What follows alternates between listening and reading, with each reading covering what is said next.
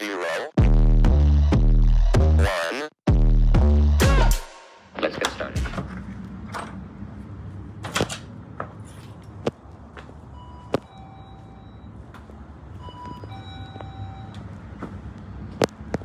Hello, package for Die Hard Orchids. I'm sorry, I think you have the wrong address. Yeah, maybe it's the house down the street. I don't live here.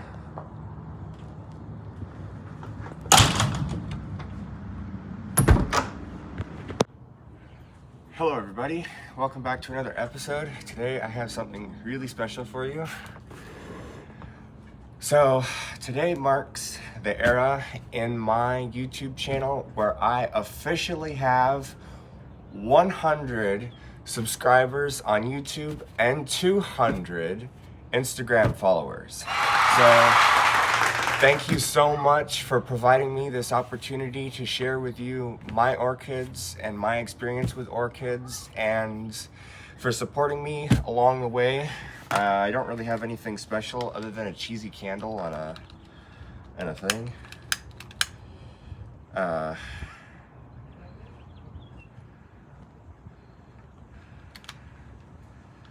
So there we go.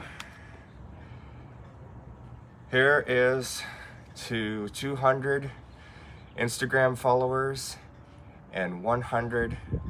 Oh shit! Oh, it already. Oh.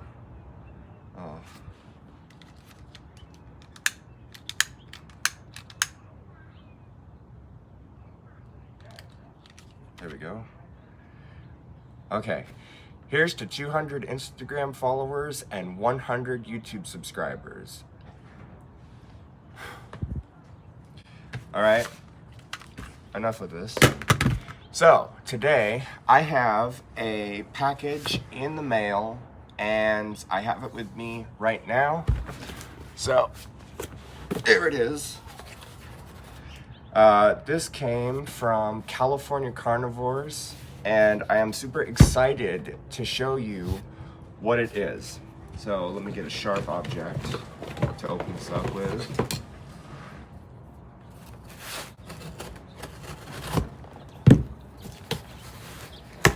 All right,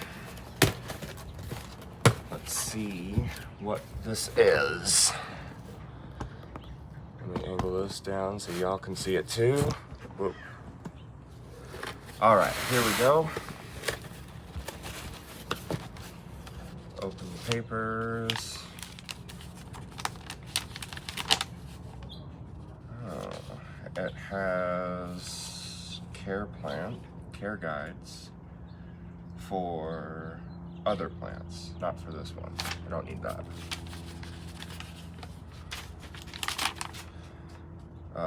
Order receipt, don't need that either. Packaging, don't need that. Here it is. This is what I waited almost 3 weeks for. So I'm gonna bring it out of the pot, I'm gonna bring it out of the packaging, and I'm gonna show y'all what it is. There we go. Oh, that's cool. Okay. Okay.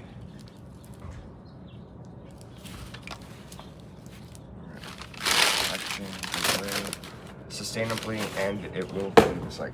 But I don't need that right now, so there it goes. Okay, now you probably are all wondering what this orchid is. This is, like I said, a California native orchid. It is called Epipactis gigantea, also known as the stream orchid giant Helleborine, Helleborini,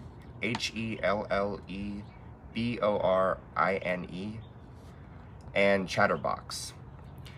Now, I wasn't able to find a whole lot about this orchid on the internet. I guess they just kind of classified it, gave a little bit of a description, and then kind of didn't do anything with it.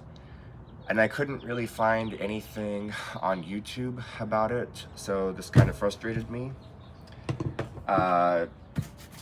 what I was able to gather was that it is the species of orchid.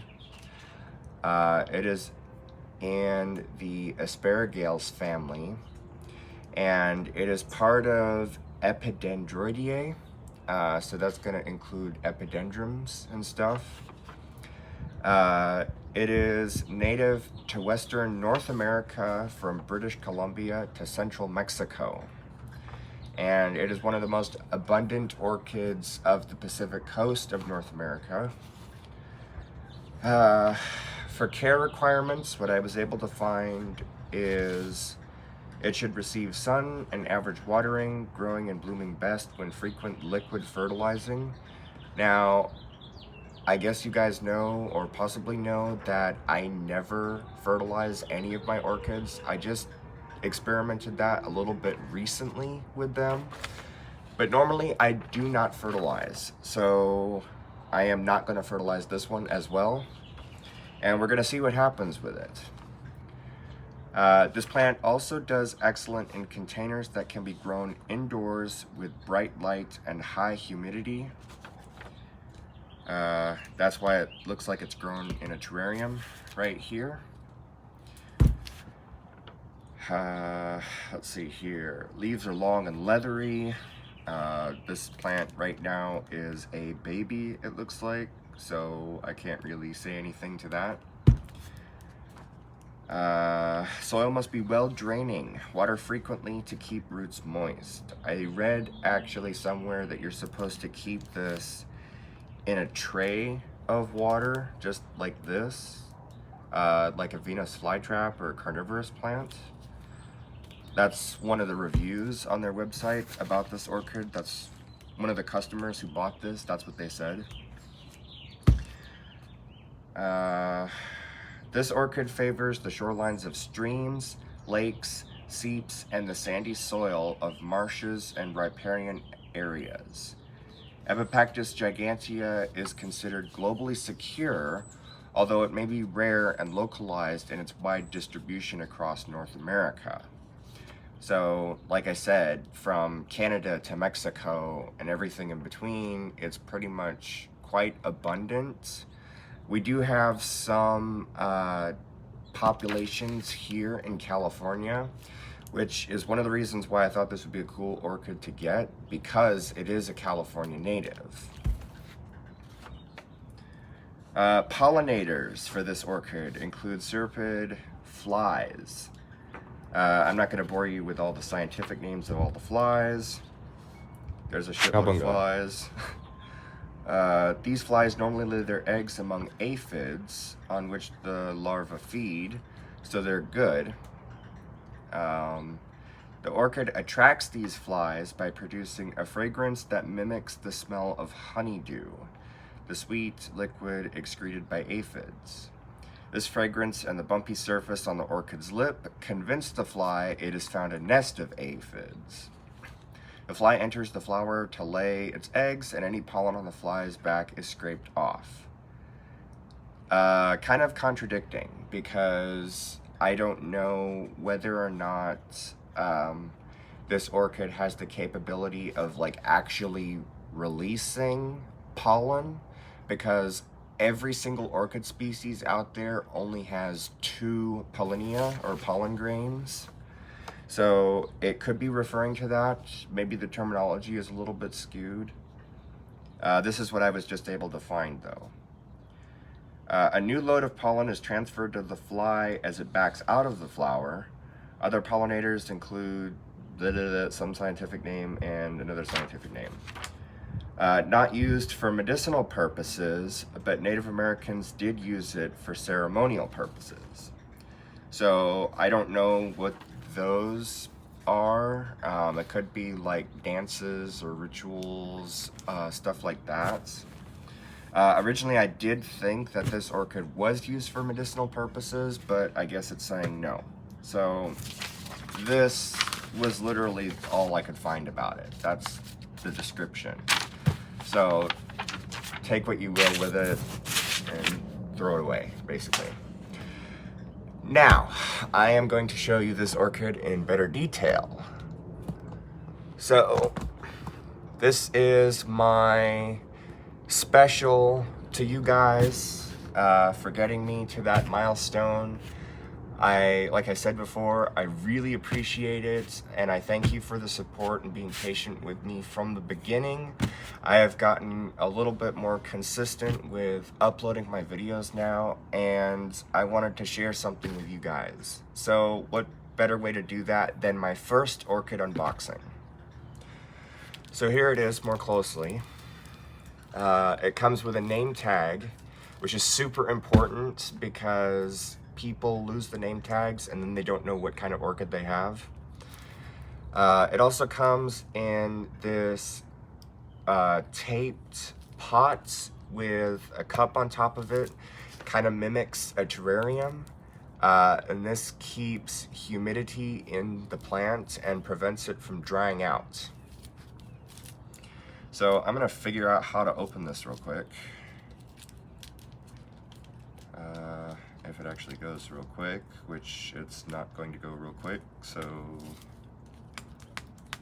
there we go. Okay.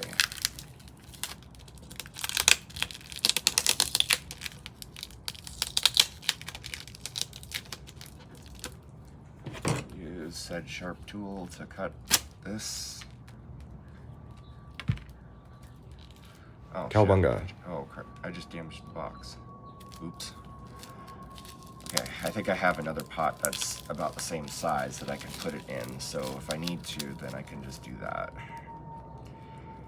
Alright, and this orchid is really wet, and that's one of the things that I'm noticing right as I open this up, is that this orchid is kept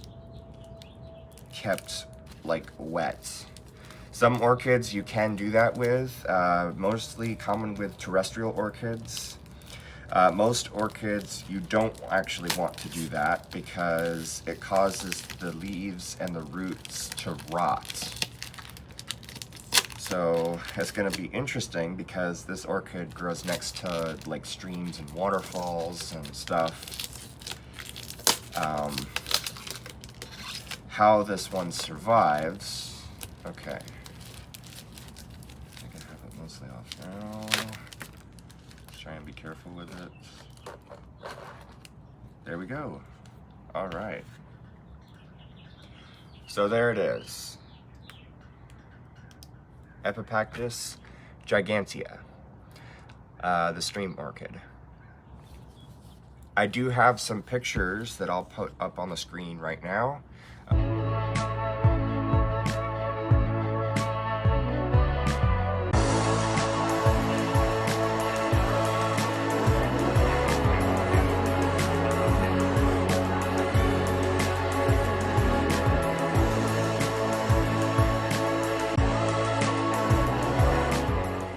Of some people from the San Diego County Orchid Society that went and they took pictures. So huge shout out to them for providing them for this video. If you want to learn more about what they do, check out their website at san diego county orchid society.com. Not a paid sponsor, I just like shouting them out because they've done incredible stuff for me before and they'll do incredible stuff for you. So here it is. I'm gonna keep all of this obviously, except for the packaging. And so, yeah, other than that, I really don't know anything about this orchid. So if anybody has this orchid and knows how to take care of it properly, let me know in the comments below. But yeah, this is my 72nd orchid that I'm adding to my collection. I'm super stoked actually to see what this orchid is going to provide for me in the future. Right now it does look like it has started to grow a bit of a flower spike on it, though I don't know if this is the flower spike or if this is the actual stem. The pictures and the videos I was able to see was that the leaves grow in alternating format with a little bit of stem in between, and then all of a sudden it grows to flower spike and you won't have any leaves, you'll just have flowers on that. So it's kind of interesting. This is a species orchid, and this is one of the few species that I have in my collection now. Other than that, I don't really know what to say because, like I said, I don't know anything about this orchid. So it's going to be really fun to figure out how to take care of it. I do know that it grows in tubers in the ground, like potatoes almost. And in the winter time, the leaves will completely die off. That's called deciduous. Like the like trees, you'll see they'll drop their leaves in the winter, in the fall and winter time, and then they'll come back in the spring.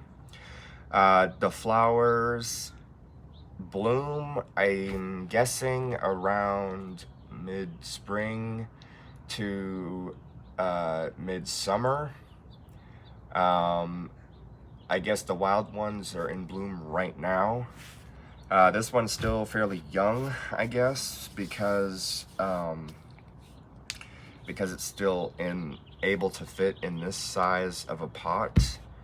I've seen, there's this one video on YouTube that has them in a container that's probably about this big, and there is a lot of it, but it's like a densely compacted bush about this big. I don't know if that holds any significance or whatever. I don't like compacting my orchids, and I don't like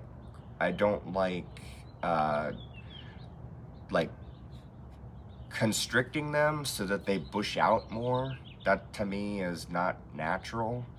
I get people do that, and so I'm not going to judge anybody on that. So this orchid is going to be in here for a few years before it gets transplanted, obviously.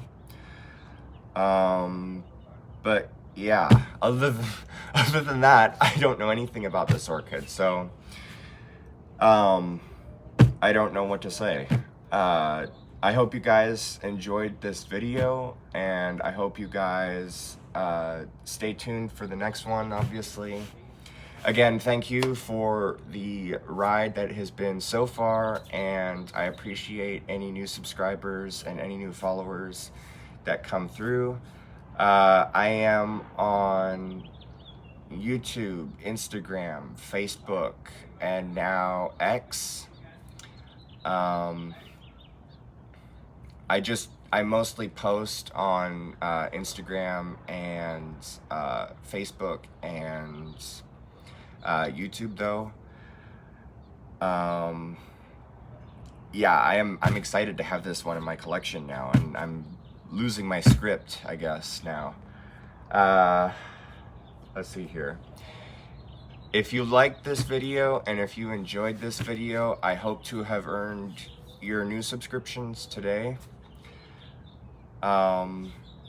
Again, thank you so much. It really does mean a lot to me, and I grew my passion for orchids since I was a little kid with my dad, who grew up with Phalaenopsis. And to expand my collection and want to do conservation about orchids and have stuff like this and be able to do everything like that is just incredibly fun. And I hope I've inspired you and inspire the next generation of orchid growers and orchid conservationists with this. It's gonna be a crazy ride in the future, and I can't wait to share it with you and continue my passion for this. So I'm gonna end it here, and I will see you next time.